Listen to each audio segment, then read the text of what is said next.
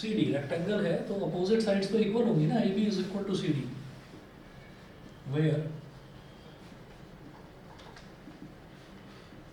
A B is equal to C D. A B और C D equal हैं, तो जब दोनों इक्वल हैं तो दोनों को 2x मान लीजिए आप।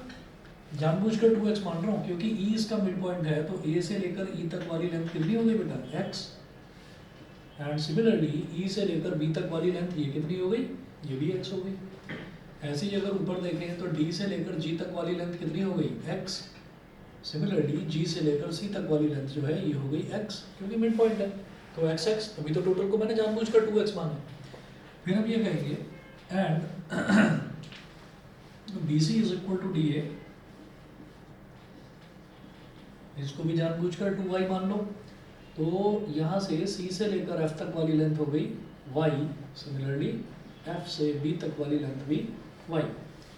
फिर D से H तक वाली लेंथ ये भी y, और H से A तक वाली लेंथ जो है ये भी y।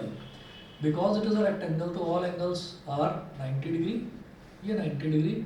अब मेरे लिए इतना आसान रास्ता है कि मैं यहाँ पर EF की लेंथ निकाल सकता हूँ, मैं ट्रायंगल FBE में पाइथागोरस थ्योरम लगा सकता हूँ, ठीक है। तो आप ये कहेंगे, कोई आप कॉन्ग्रुएंसी वगैरह के चक्कर में मत पड़ो, आप सीधा सीधा ये कहिए कि, और ये दिमाग में क्यों आया, क्योंकि रेक्टेंगल है तो रेक्टेंगल में मुझे 90 डिग्री सारे एंगल मिल गए, और जब सारे एंगल 90 डिग्री है तो फिर मैं क्यों चक्कर में पड़ रहा हूँ, पाइथागोरस थ्योरम लगाओ ना सीधा। हाँ जी बताइए सर। मेरे को लग रहा है जैसे क्वेश्चन गलत समझ लिए, लेकिन सर इसको पैरेललोग्राम या रोम्बस प्रूफ करना ना सर। बता दो, हमें ये बताना है the figure form by joining the mid points of adjacent sides of a rectangle. ये रेक्टेंगल है ABCD, इसके जो एडजेसेंट साइड्स हैं जैसे AB BC CD और DA, एडजेसेंट मतलब बराबर बराबर वाली साइड्स, ऑपोजिट नहीं, बराबर बराबर वाली साइड्स, उन सब के मिड पॉइंट्स को अगर हम ज्वाइन करेंगे तो ये EFGH जो बना है ये एक पैरेललोग्राम होगा या रोम्बस होगा, ये बताना है हमको, ये पैरेललोग्राम होगा या फिर रोम्बस होगा। समझ रहे हैं? इतना 2x 2y क्यों ले रहे हैं, सीधे मिड पॉइंट थ्योरम यूज कर सकते हैं। मिड पॉइंट थ्योरम यूज कर लो, मैं तो एक दूसरा तरीका बता रहा हूँ। अच्छा मैं तो दूसरा तरीका बता रहा हूँ। देखिए मिड पॉइंट थ्योरम है कि ये इस वाली साइड का ये मिड पॉइंट हो जाएगा, इस वाली साइड का ये मिड पॉइंट, हम AC को ज्वाइन कर देंगे। AC को ज्वाइन कर देंगे तो हमें पता चल जाएगा कि EF उसके पैरेलल है और EF की लेंथ उसकी आधी भी है, ठीक है।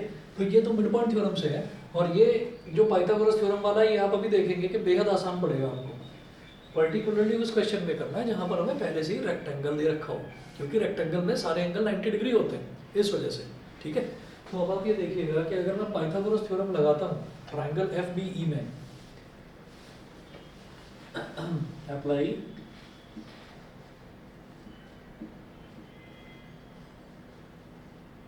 पाइथागोरस थ्योरम,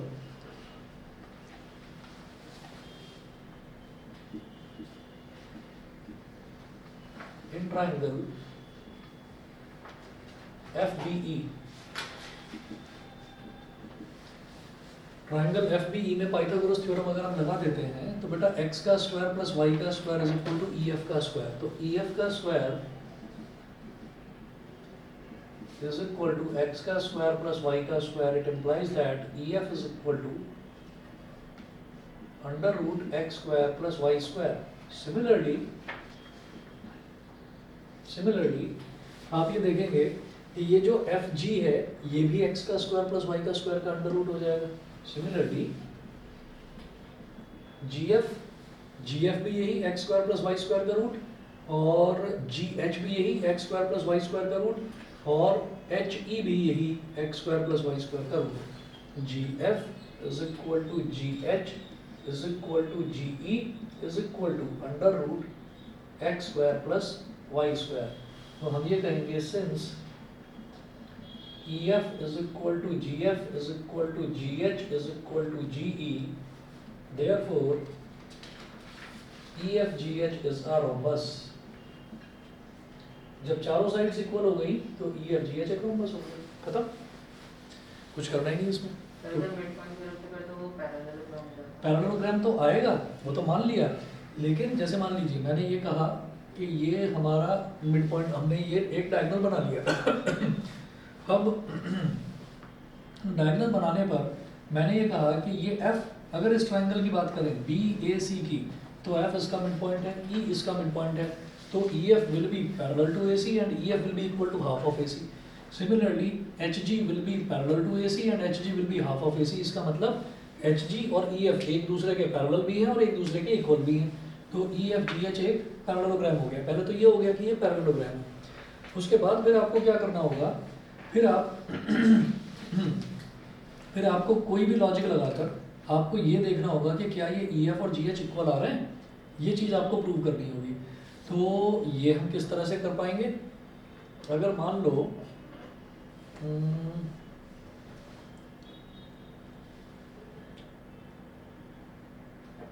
ठीक है, जब ये पैरेललोग्राम प्रूव हो गया तो नेक्स्ट स्टेप आपको क्या करना होगा, आप G से E को ज्वाइन करोगे और H से F को ज्वाइन करोगे। ये हटा रहा हूं मैं,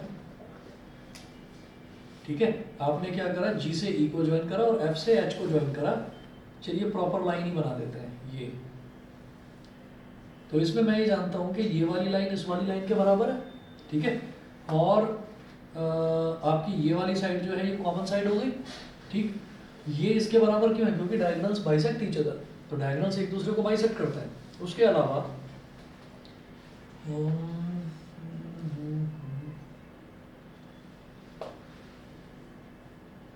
अलावा तो कुछ नहीं कहा जा सकता।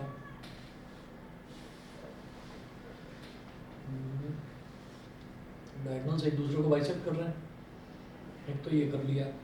या फिर एक काम करा जा सकता है बेटा, इसमें एंगल साइड तो कुछ नहीं होता, वो छोड़ दो, है ना। दो ट्राइंगल्स को कॉन्ग्रुएंट कैसे करें प्रूव, देखो ऐसा कर सकते हैं कि मैं ये वाला ट्राइंगल ले लूँ और ये वाला ट्राइंगल ले लूँ। अगर अपने ये दोनों ट्राइंगल ले लिए तो ये दोनों ट्राइंगल लेने से हमारे पास क्या होगा, आप ये देखिए कि ये वाला एंगल इस वाले एंगल के इक्वल वर्टिकली अपोजिट, पहली चीज। उसके बाद हम ये कहेंगे कि ये वाली साइड इस वाली साइड के इक्वल। भाई ये एक पैरेललोग्राम है तो opposite sides of a parallelogram are always equal. एक तो ये हो गया, ये साइड इसके इक्वल है क्योंकि मैं ये ट्राइंगल और ये ट्राइंगल ले रहा हूँ, ये इसके इक्वल है और ये वाली साइड इसके इक्वल है। तो ये तो ट्रिपल एस कॉन्ग्रुएंस क्राइटेरिया से ये हमारे पास एंगल, मतलब ये दोनों ट्राइंगल कॉन्ग्रुएंट हो गए। इनके कॉन्ग्रुएंट होने से मुझे फायदा क्या होगा,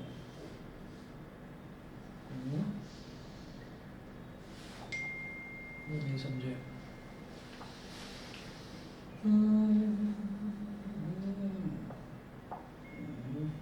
रोम्बस,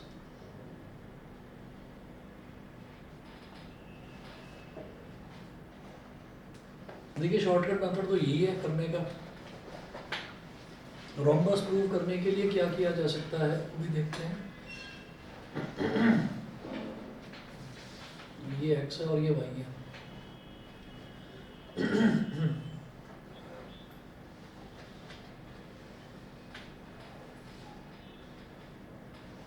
हम इसमें ये कर सकते हैं कि ये वाला जो ट्राइंगल है इधर वाला इस वाले ट्राइंगल के कॉन्ग्रुएंट प्रूव कर सकते हैं। अगर ये कॉन्ग्रुएंट प्रूव हो गए तो बेटा ये वाला एंगल इस वाले एंगल के इक्वल हो जाएगा। ये वाला एंगल जो है वो इस वाले एंगल पे, और ये 90 तो इक्वल है। इनके इक्वल होने से हमें क्या फ़ायदा होगा,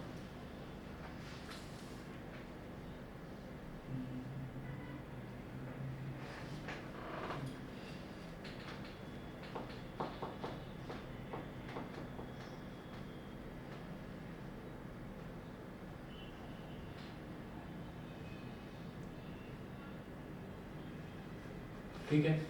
जब मैंने ये कहा कि ये जो एच एफ साइड है, ये एच एफ साइड ये इसका मिड पॉइंट को ज्वाइन करके और ये इसके मिड पॉइंट को ज्वाइन करके बनी, तो ये जो एच एफ साइड है ये ए बी के पैरेलल होगी, ठीक है। अब जब ये पैरेलल हो गई तो भैया ये वाला एंगल इस वाले एंगल के इक्वल हो जाएगा।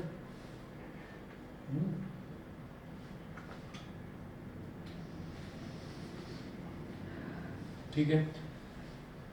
कॉन्ग्रुएंट जब इस ट्राइंगल और इस ट्राइंगल को कॉन्ग्रुएंट प्रूव करेंगे तो ये एंगल और ये एंगल इक्वल आएंगे। अब ये एंगल ऑल्टरनेट इंटीरियर एंगल से इसके बराबर हो गया, सिमिलरली ये एंगल ऑल्टरनेट इंटीरियर एंगल से इसके बराबर हो गया, तो ये वाला एंगल और ये वाला एंगल इक्वल हो गया, ठीक है। और इसके बाद आप क्या कहेंगे इसमें कि ये हमारे पास दो एंगल तो ये आ गए, और एक एंगल आ गया, और भी दो साइड है ना, ठीक है। इसी तरीके से ये वाला एंगल जो है ये इसके इक्वल, और ये एंगल आपस में इक्वल है, ये इसके इक्वल है। मान लो कि ये x है तो ये भी x है, मान लो कि ये y है तो ये भी y है। तो जब ये y है तो ये भी y हो गया, ये y है तो ये भी y, तो ये दोनों एंगल इक्वल। जब ये वाला एंगल x है तो बेटा ये भी x हो गया, और जब ये वाला एंगल x है तो ये वाला एंगल भी x हो गया। तो इस तरह से मेरे पास दो एंगल आ गए, इसमें भी x, इसमें भी x, इसमें भी y, इसमें भी y, और ये वाली साइड इस वाली साइड के इक्वल, क्योंकि ये इसको मैं पैरेललोग्राम पहले ही प्रूव कर चुका हूँ। तो एंगल साइड उसका कोई एंगल ये हो गया, फिर दूसरा एंगल ये हो गया, और ये साइड हो गई, तो ये दोनों कॉन्ग्रुएंट हो गए। कॉन्ग्रुएंट हो गए तो ये वाली साइड इस वाली साइड के इक्वल। पैरेललोग्राम में जब एडजेसेंट साइड्स इक्वल होती हैं तो वो रम्बस कहलाता है। तो मुझे लगता है कि इसमें इतना ज़्यादा दिमाग लगाने की जरूरत नहीं है, इसको इस तरीके से करो। अगर रेक्टेंगल दे रखा है ना, क्यों, अगर रेक्टेंगल दे रखा है तो 90 डिग्री के एंगल हैं सारे, और जब 90 डिग्री के एंगल है तो हम पाइथागोरस थ्योरम लगा सकते हैं आराम से, समझ गए, ठीक। अच्छा, और किसी बच्चे का कोई डाउट हो तो बताओ। नहीं, कल जो क्वेश्चन करवाया था वो एक बार दोबारा करके देख लिया था घर पर जाकर, वो दोबारा जरूर देख लेना, इंपॉर्टेंट क्वेश्चन है, ठीक। अगला देखते हैं एग्जाम्पल। ऑनलाइन वाले बच्चे बताएं भाई, क्लियर है सभी को? Yes sir. ठीक है, चलिए।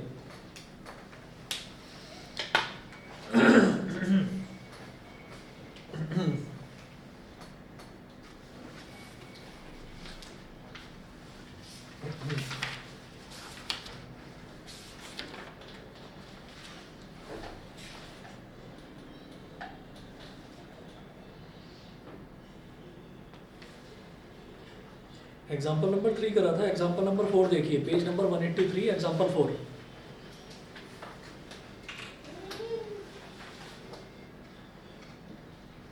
Page 183, example 4।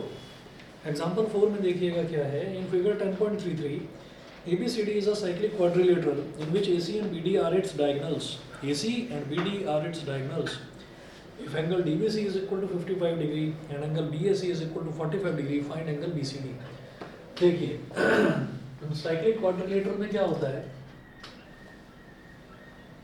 एक ऐसा क्वाड्रिलेटरल जिसकी चारों साइड्स, मतलब चारों जो एजेस है, सॉरी वर्टिसेस, चारों जो वर्टिसेस हैं वो एक सर्कल को टच करें, ठीक है, उसको बोल देते हैं साइक्लिक क्वाड्रिलेटरल। साइक्लिक क्वाड्रिलेटरल यहाँ पर कैसा दे रखा है देखिए, ये है A, ये B, A B,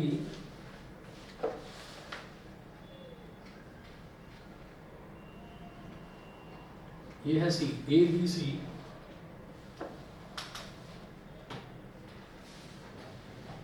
और इस तरफ एक पॉइंट है D। ABCD ऐसा दे रखा है हमको एक साइक्लिक क्वाड्रिलेटरल। तो कोई भी क्वाड्रिलेटरल की अगर चारों vertices A B C D, ये जो चारों वर्टेक्स हैं इसके, अगर ये चारों के चारों किसी सर्कल पर टच कर रहे हैं तो हम इसको साइक्लिक क्वाड्रिलेटरल बोल देंगे। साइक्लिक क्वाड्रिलेटरल की एक बड़ी इंपॉर्टेंट प्रॉपर्टी होती है कि इसके जो अपोजिट एंगल्स हैं इनका सम 180 डिग्री होता है, अपोजिट एंगल्स का सम 180 डिग्री होता है।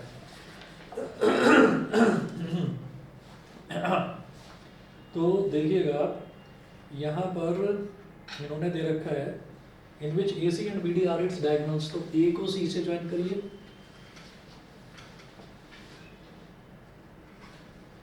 और B को D से ज्वाइन करिए, A को C से और B को D से, तो AC and BD are its diagonals.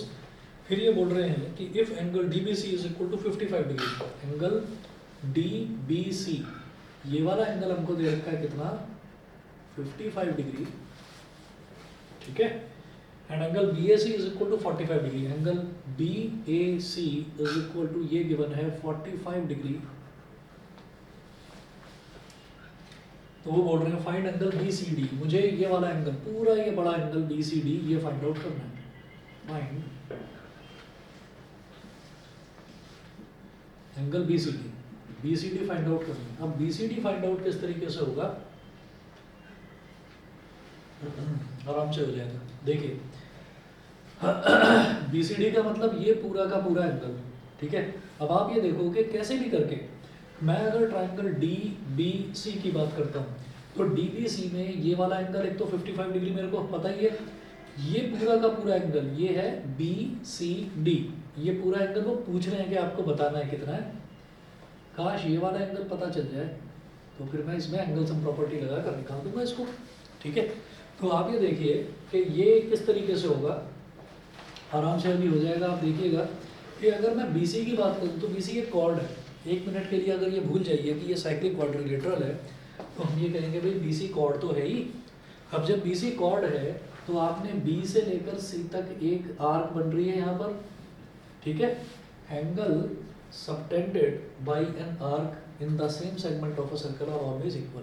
सीधा सीधा ये लिखें कि angles in the same segment of a circle are always equal.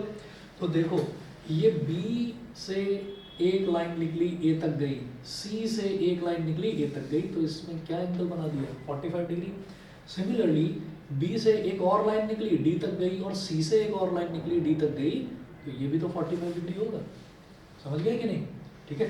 तो हम लिखेंगे कि angle BAC is equal to angle BDC is equal to 45 degree. Reason में क्या लिखेंगे, angles in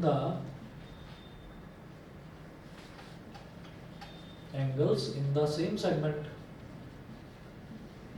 of a circle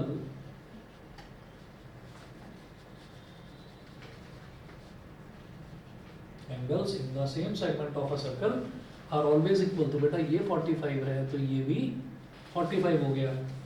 therefore angle DBC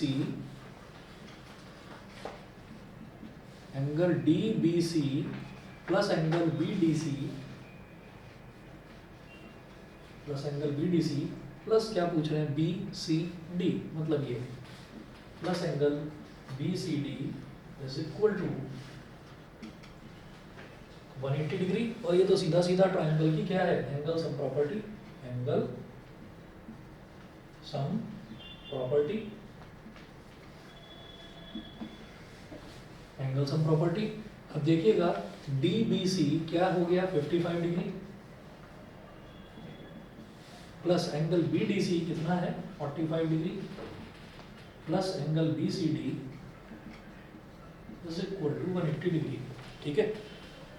तो 45 और 55 कितना होता है,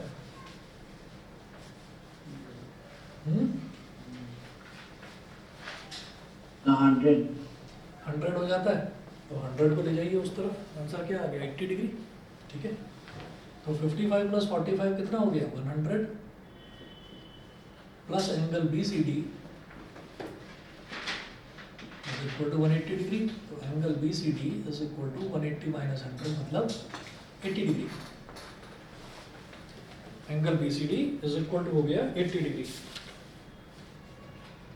इसी तरीके से एक और क्वेश्चन देखेंगे, एग्जांपल नंबर 5। एग्जांपल नंबर 5 में ये बोलते हैं कि to circles intersect at 2 points A and B, ठीक है। AD and AC are diameters of the two circles. Prove that B lies on the line segment DC. B lies on the line segment DC. यहाँ पर figure हमको दे रखी है तो figure बनाएंगे। Example number 5 देखिए, एग्जांपल नंबर 5 में इन्होंने 10.34 फिगर हमको दे रखी है और उस फिगर में इन्होंने बताया है कि AD and AC are diameters. तो पहले मैं फिगर बनाऊंगा, उसमें 2 सर्कल्स हैं और दोनों सर्कल एक दूसरे को इंटरसेक्ट कर रहे हैं, ठीक है। तो एक सर्कल ये है और एक सर्कल ये है, 2 सर्कल्स हैं और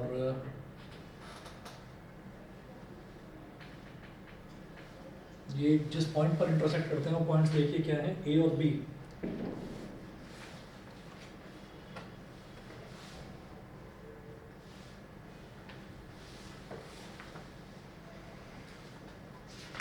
A और B। फिर ये बोल रहे हैं कि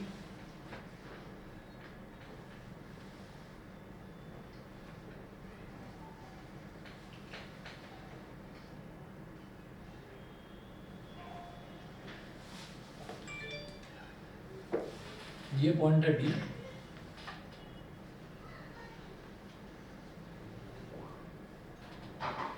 ये पॉइंट है सी।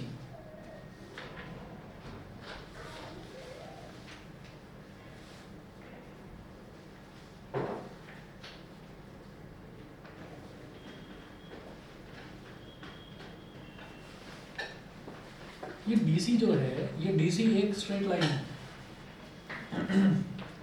DC एक स्ट्रेट लाइन है, हमको ये प्रूव करना है कि ये जो पॉइंट B है ना, ये इस लाइन सेगमेंट DC पर लाई करता है।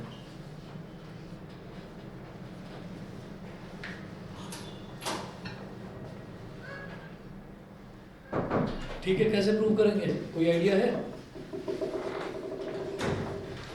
तो हमको ये प्रूव करना है कि DC एक स्ट्रेट लाइन है और ये जो पॉइंट B है, कोई भी पॉइंट एक स्ट्रेट लाइन पर लाई करे, कैसे प्रूव करेंगे? नहीं आ रहा दिमाग में? चलिए, इन्होंने एक जो है बहुत अच्छी हिंट ये दे रखी है, इन्होंने ये बताया कि जो AD है वो इसका डायमीटर है और जो AC है वो इस वाले दूसरे वाले सर्कल का डायमीटर है।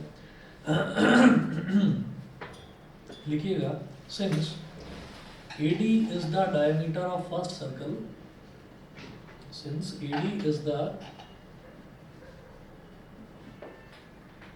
diameter of first circle, therefore angle ABD is right angle. Angle ABD is equal to 90 degree.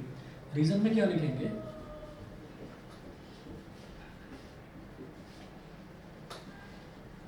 Angle in the semicircle is always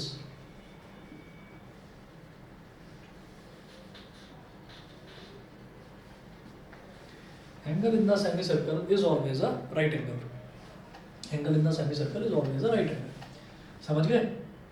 ये तो पता है ना, इस सेमी सर्कल में बनने वाला जो एंगल होता है वो राइट एंगल होता है, 90 डिग्री होता है। तो बेटा ये भी 90 डिग्री हो गया, और जो AC है, AC सेकंड वाले सर्कल का डायमीटर दे रखा है, तो ये भी 90 डिग्री हो जाएगा। 90 + 90 क्या हो गया? 180 डिग्री। जब इन दोनों एंगल्स का सम 180 डिग्री बन रहा है तो मैं बोलूँगा कि these two angles are forming a linear pair. और लीनियर पेयर का मतलब क्या होता है कि लाइन पर बनने वाले दो एंगल्स का पेयर, लाइन पर बनने वाले दो एंगल्स का पेयर, इसीलिए उसको लीनियर पेयर बोलते हैं। लीनियर बना किससे? लाइन से ही तो बना है। लाइन जो शब्द है उससे लीनियर बन गया। तो अब आप यहाँ पर नोट करेंगे, since AC is the diameter of second circle, since AC is the diameter of second circle, जो दूसरा सर्कल है उसका डायमीटर क्या है? AC है।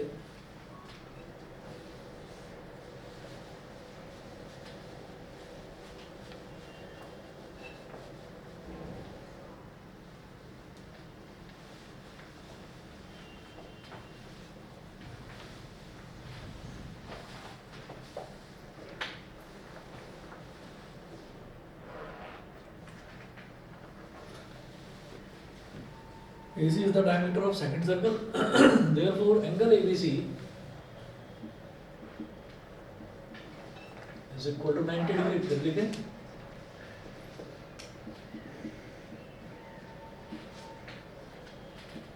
कि angle in the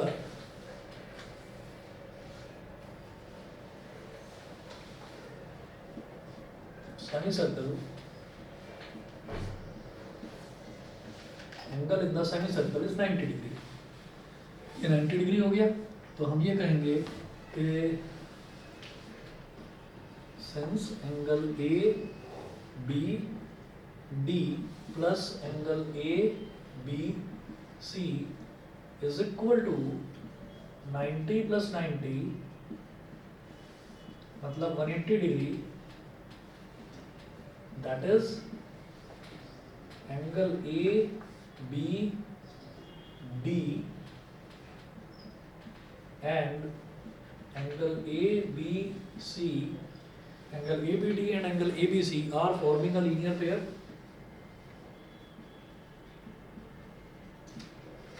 Are forming a linear pair. Angle ABD and angle ABC are forming a linear pair that is point B lies on the line DC. Proved. एक straight line पर अगर कोई point है और उस point के एक तरफ और दूसरी तरफ जो एंगल्स बन रहे हैं अगर उनका सम 180 डिग्री है तो हम उन एंगल्स को बोलेंगे लीनियर पेयर। ठीक है, लीनियर पेयर का मतलब ही ये है कि लाइन पर बनने वाले दो एंगल्स, इसका मतलब हमारा जो पॉइंट भी है ये लाइन पर लाई कर रहा है और लाइन कौन सी है यहाँ पर DC। ठीक है, समझ गए भाई? ऑनलाइन वाले बच्चे बताएं प्लीज, क्लियर है? Yes, sir. ठीक है। अगला एग्जांपल देखते हैं, एग्जांपल नंबर 6। एग्जांपल 6 में है prove that the quadrilateral formed if possible by the internal angle bisectors of any quadrilateral is cyclic. ये प्रूव करना है।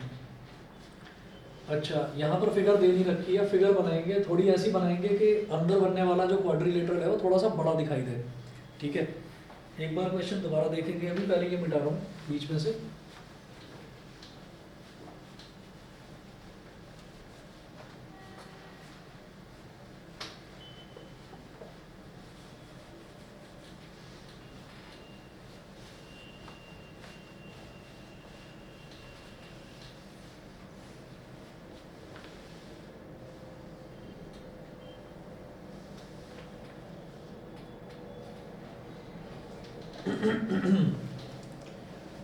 देखिए, prove that the quadrilateral formed if possible by the internal angle bisectors of any quadrilateral. कोई ये quadrilateral दे रखा है मुझे, कोई भी क्वाड्रिलेटरल कैसा भी आप टेढ़ा मेढ़ा बना लो, मैं उसको टेढ़ा मेढ़ा ना बनाकर मैं उसको जानबूझकर थोड़ा साफ सुथरा सा रेक्टेंगल जैसा बना लूंगा। क्वाड्रिलेटरल है, हमारी मर्जी, कैसा भी बना लो। ठीक है, तो आप ये देखिए कि कोई क्वाड्रिलेटरल दे रखा है हमको और उसके जो अंदर जो एंगल्स बन रहे हैं यानी कि जो इंटरनल एंगल्स हैं उनके बाइसेक्टर्स। मैंने एक क्वाड्रिलेटरल ये बना लिया,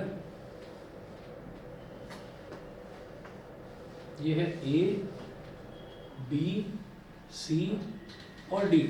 अगर मैंने इसके अंदर जो एंगल्स बन रहे हैं अगर इनका बाइसेक्टर लिया, मान लो इसका बाइसेक्टर ले लिया, बाइसेक्टर मतलब आधा आधा, ये 90 डिग्री है फॉर एग्जांपल, कि मैंने रेक्टेंगल बनाया तो ये 90 डिग्री है तो इसका बाइसेक्टर कितना हो गया 45 डिग्री।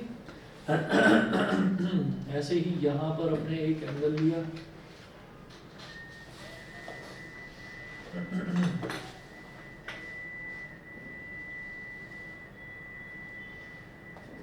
मान लीजिए ये ऐसे हो गया।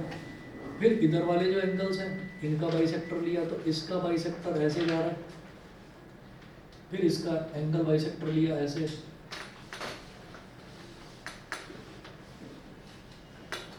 तो वो ये कह रहे हैं कि मैंने चारों एंगल्स के बाइसेक्टर ले लिए। देखिए, एंगल ए का बाइसेक्टर लिया, एंगल बी का बाइसेक्टर लिया, एंगल ए का बाइसेक्टर ऐसे खींचा, बी का बाइसेक्टर ऐसे खींचा, दोनों जिस पॉइंट पर एक पॉइंट पर मिल गए। ऐसे ही इसका बाइसेक्टर खींचा, ऐसे इसका बाइसेक्टर ड्रॉ करा, ऐसे दोनों इस पॉइंट पर मिल गए। तो आप ये देख रहे हैं कि यहाँ पर चार वर्टिसेस दिखाई दे रहे हैं, 1 2 3 4, 1 2 3 4, चार वर्टिसेस दिखाई दे रहे हैं। इनका हमने नेमिंग कर दिया EFGH। आप कुछ भी बोल दो, यहाँ पर बोल दो EFGH। जो इन्होंने डायग्राम दे रखा है उसको देखकर कंफ्यूज होने की जरूरत नहीं है, उन्होंने नेमिंग अलग तरीके से कर रखी है।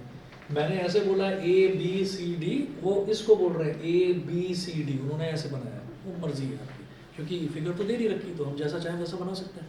ठीक है, समझ में आ गया? मुझे ये प्रूव करना है कि ये जो अंदर क्वाड्रिलेटरल बना है, ये बाहर जो बना है वो मुझे नहीं पता कैसा है, लेकिन जो ये अंदर क्वाड्रिलेटरल बना है ये साइक्लिक होगा। साइक्लिक क्वाड्रिलेटरल प्रूव करने का तरीका क्या है कि अपोजिट एंगल्स का जो सम है वो 180 डिग्री होता है साइक्लिक क्वाड्रिलेटरल में। ठीक है, अच्छा,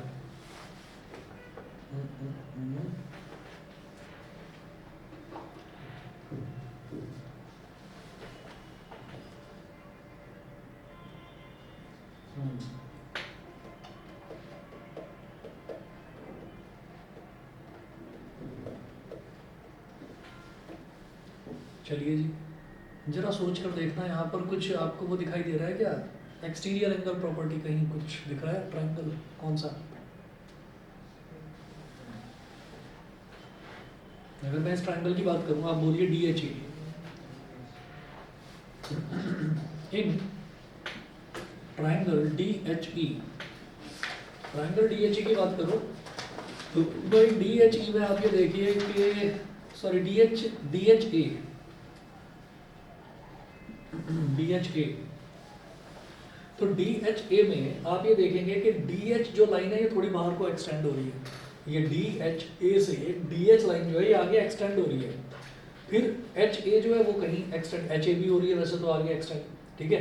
और जो ए डी है, ए डी कहीं एक्सटेंड नहीं हो रही है। अब आपकी मर्जी है, आप कोई भी लाइन ले सकते हैं। सर हाँ जी बोलो। सही सारी लाइंस जो है ये 90 डिग्री को बाइसेक्ट कर रही है ना? नहीं, ऐसा कुछ भी नहीं है, कोई भी क्वाड्रिलेटरल दे रखा है, कुछ भी। मतलब ये जो ए बी सी डी है ना, ये मैंने बनाया ऐसा है कि देखने में लग रहा है रेक्टेंगल जैसा, लेकिन मैं जानबूझकर मैंने इसको टेढ़ा मेढ़ा क्वाड्रिलेटरल नहीं बनाया। खाम में हमारा ही डायग्राम अजीब सा बनता है, फिर हम ही कंफ्यूज होते हैं, ठीक है। तो बस ये याद रखिए, ए बी सी डी कोई रेक्टेंगल, कोई पैरेललोग्राम कुछ नहीं दे रखा, वो एक क्वाड्रिलेटरल है। और वो हमसे ये एक्सपेक्ट कर रहे हैं कि ये जो ई एफ जी एच जो अंतर क्वाड्रिलेटरल बना है, ये एक साइक्लिक क्वाड्रिलेटरल है। समझ गए मेरी बात? Yes sir. तो आप देखिए ट्राइंगल डी एच ए की अगर बात करते हैं तो इसमें जो बाहर को लाइन एक्सटेंड हो रही है वो ये वाली लाइन है, वो ये वाला एंगल है। तो मैं इसको बोल सकता हूँ कि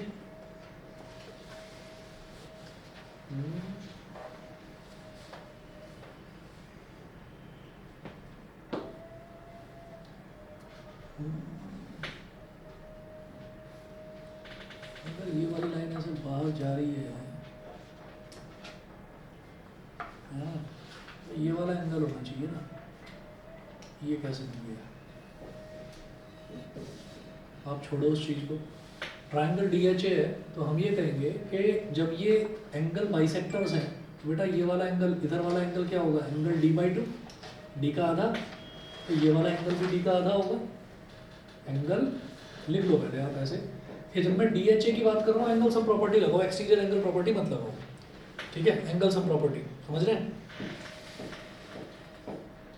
नहीं समझ में? अरे तुम इसे बोल रहे हो, सामने तुम बोल रहे हो, क्लियर है? तो देखो जब मैं डी एच ए की बात कर रहा हूँ तो हम ये कहेंगे कि angle A D H, angle A D H plus angle D H A,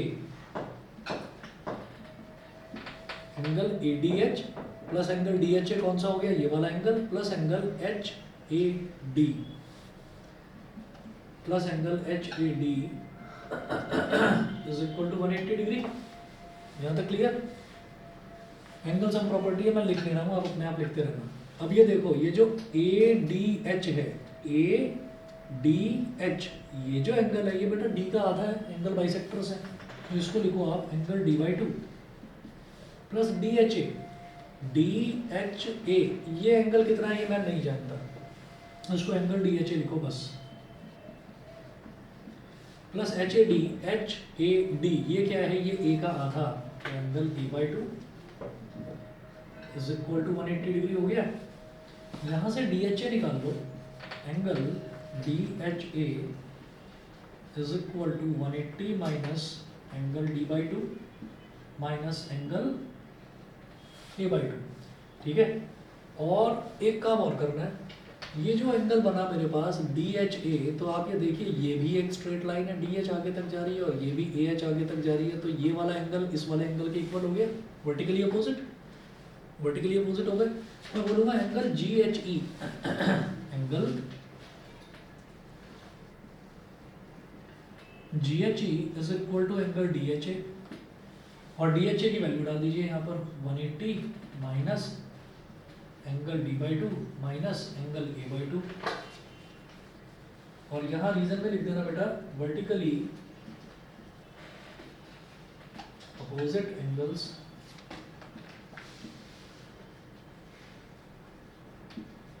vertically opposite angles 180 minus D by two minus A by to, इसको मैं बोलूँगा इक्वेशन नंबर 1। ये हमारा हो गया इक्वेशन नंबर 1।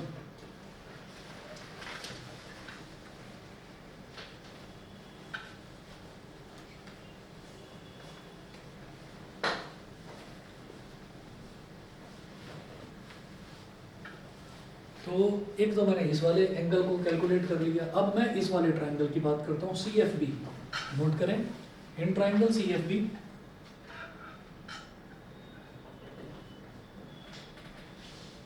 इन ट्रायंगल सी एफ बी, तो C F B जो triangle है इसमें ये वाला एंगल क्या कहलाएगा, F C B. Angle F C B plus angle, ये वाला एंगल क्या कहलाएगा, angle F B C. F C B plus angle F B C. और इस वाले एंगल को बोलेंगे सी एफ बी, ठीक है, plus angle C F B. ये भी 180 डिग्री हो गया। अब खुद देखिएगा, एफ सी बी मतलब ये वाला, एफ सी बी मतलब ये वाला एंगल, तो ये एंगल सी का आधा होगा, एंगल सी बाई 2 हो गया ये। फिर एफ बी सी, तो एफ बी सी, तो ये एंगल बी का आधा होगा, तो कितना हो जाएगा, angle B by 2 plus angle C F B, angle C F B, ये वाला एंगल, ये तो मुझे कैलकुलेट ही करना है, ये तो मैं कैलकुलेट करना चाहता हूँ। तो angle C F B is equal to 180 degree, यहाँ से सी एफ बी की वैल्यू निकालें, angle C F B is equal to 180 minus angle C by 2 minus angle C by 2 minus angle B by 2, ठीक है।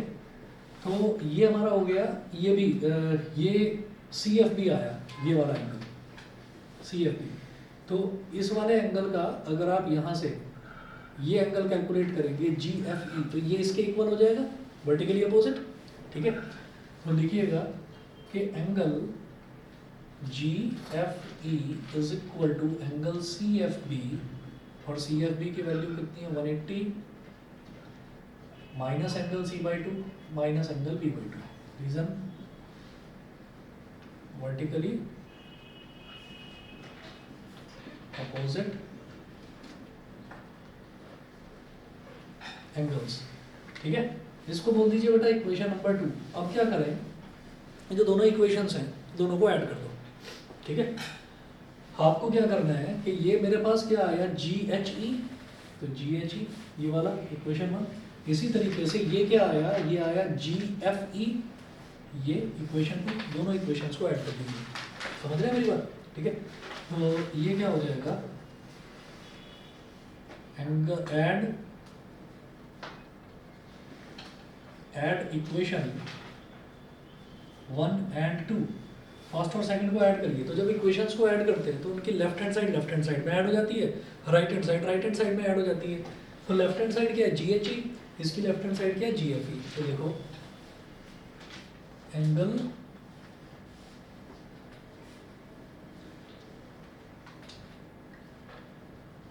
जी H E plus angle G F ई, दोनों को add करा तो बेटा राइट हैंड साइड इसकी देखो 180 minus D by 2 minus A by 2, 180 minus angle D by 2 minus angle A by 2 plus G F E देखिए 180 minus C by 2 minus B by 2, 180 minus C by 2 minus angle B by 2, ये हो गया। तो G H E plus G F E is equal to क्या हो जाएगा, 180 plus 180 कितना हो गया जी, 360। और अब आप ये देखें कि minus angle D by 2 minus angle A by 2 minus angle C by 2 minus angle B by 2, सबके नीचे अपॉन 2 आ रहा है और सब में माइनस का साइन आ रहा है। तो माइनस कॉमन लो, आप माइनस 1/2 कॉमन ले लीजिए। तो बेटा ब्रैकेट में क्या आएगा, angle A plus angle B plus angle C plus angle D, ये आ गया, is equal to 360 degree minus half. अब angle A plus angle B plus angle C plus angle D, ये पूरा एंगल ए पूरा एंगल बी पूरा angle C पूरा angle D क्या हो जाता है, क्वाड्रिलेटरल है ना ए बी सी डी एक, तो क्वाड्रिलेटरल के चारों एंगल्स का सम क्या होता है, 360 डिग्री। तो a plus B plus C by 2, A plus B plus C by plus D, इन सब की जगह आप क्या लिख देंगे, 360 डिग्री। बाहर 1/2 है, 2 से ये कैंसिल आउट हो गया, कितना आ गया 180 डिग्री।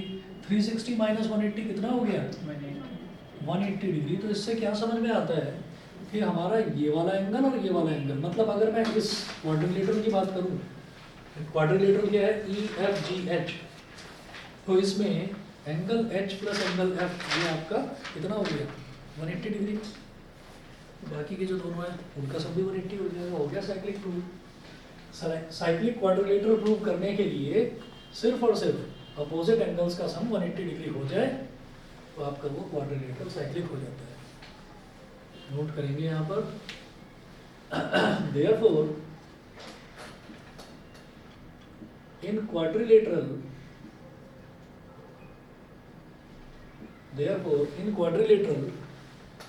कौन सा EFGH in quadrilateral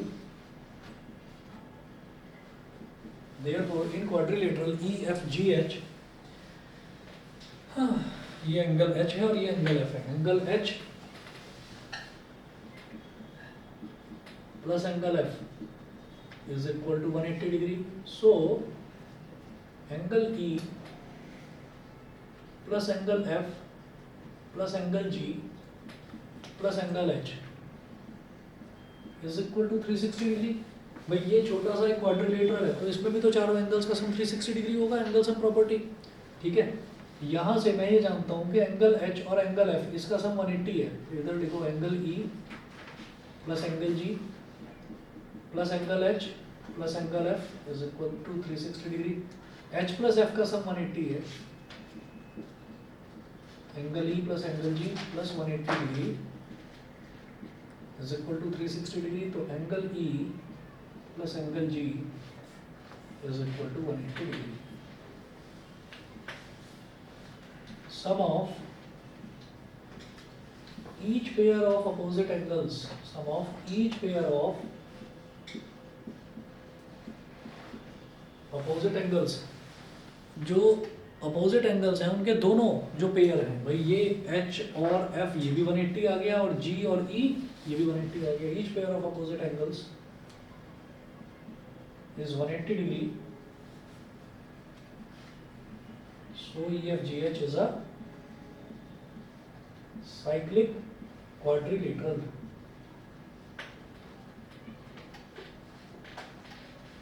EFGH is a cyclic quadrilateral. समझ गए? ठीक है, बस यही इसमें प्रूव करना था। एक्सरसाइज 10.5 जो है आपकी सर्कल्स वाली, इसमें 12 क्वेश्चंस हैं। करिए, अब तो एग्जाम भी नज़दीक आ रहे हैं और हमने सारा इसका कुछ कर भी लिया है। ये 12 क्वेश्चंस हैं, ट्राई करिए। ठीक, और आपका सर्कल्स भी फिनिश हो गया।